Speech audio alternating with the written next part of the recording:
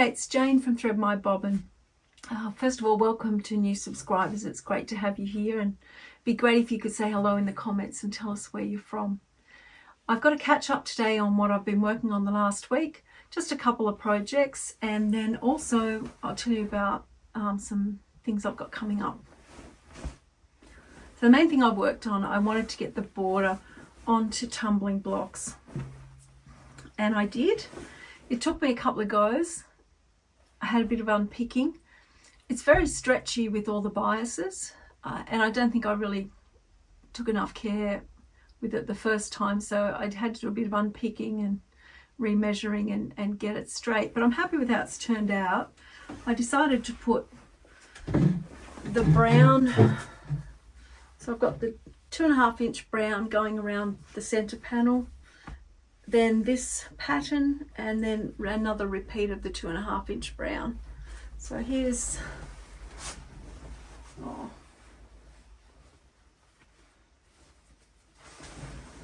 gives you, so yeah, that gives you an idea what it looks like.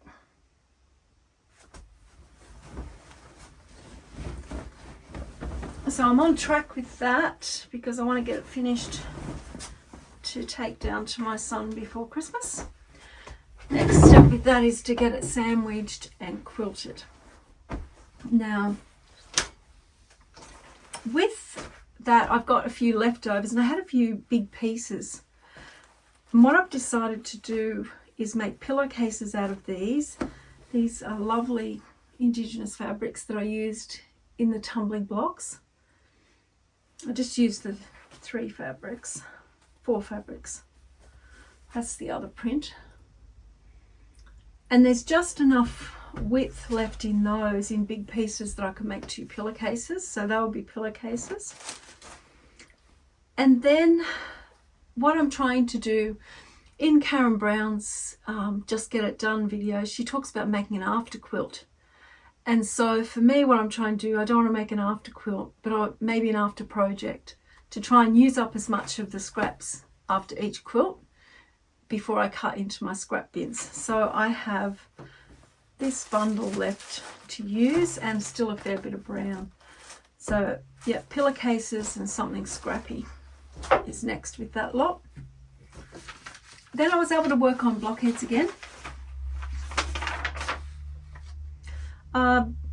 This block cross training, I decided to make it a bit differently, and I made, you know, the XOXO. I think it's quite cute, and I made 2 of those.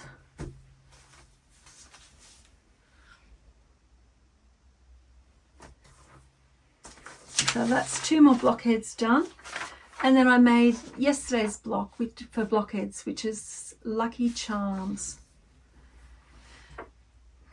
Now, when I was cutting the pieces for this, I think sometimes I know that numbers that, you know, aren't 2 or 2.5 or whatever, I know they're just a line on a ruler, but somehow I misread it and cut some of the sizes wrong. So when I went to sew it together, it was a bit short in places, so there's a few areas where the line doesn't perfectly match up, but I'm okay with that. And I had to just cut it down to a little bit smaller size, and I'll just add a border around it. But yeah, that's almost all the blockheads caught up. I think I've got 1 more to catch up on, and then I'll be on track. So I really want to try and stay on track with that. And then the other thing I just want to talk about is my embroidery project.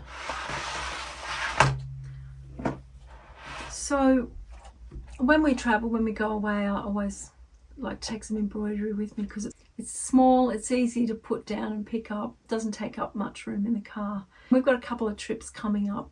One of them is airing of the Quilts in Braidwood, which is a lovely quilt show, in about a month. So if you don't want to miss that, you might subscribe so that you don't miss that video when it comes out. However, I had a look at where I'm up to because I haven't worked on it for a little while.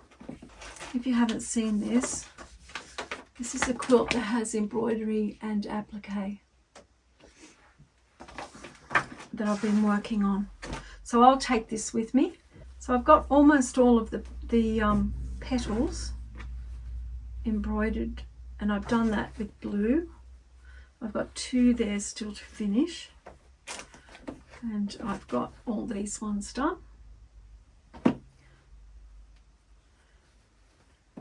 And once they're, so I've done around the outside, and then what I'll start working on is embroidering the flowers inside the petals. And then I'm not sure if I'll wait till I've got all the embroidery done or whether I'll start with the applique before that. Depends how I feel. But the other thing I need to do, so I'm using Liberty fabrics for this, and so I need to start cutting the petals. So I've got the template and you can fussy cut with that. But I think I'm going to put a really light interfacing on the back of the Liberty fabric. Like, it's so light. Beautiful, but yeah, so light. There's a heat and bond, but I have to use a really low heat because, you know, this fabric will just crinkle up. So if you've used Liberty fabrics for applique, let me know in the comments whether you did interfacing or not, or how you managed them. Maybe I'm overthinking it. Maybe I need to just not interface it, but they just feel so fine. So that's where I'm up to on that. That's what I'll be working on, getting the embroideries done and planning out, cutting out the petals. But I really would like to hear about Liberty fabrics and applique from anyone who's done it.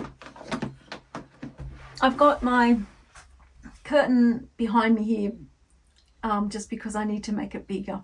We've got the curtain rod for the window, but it needs to just be a bit bigger than it is. So it's hanging behind me so I can start matching CAFE 2.5-inch squares to it, ready for when I get back to sew together. For the next week or so, I'll be working mainly on my embroidery. Next week I'll show you what I got done and maybe a little bit of our trip away.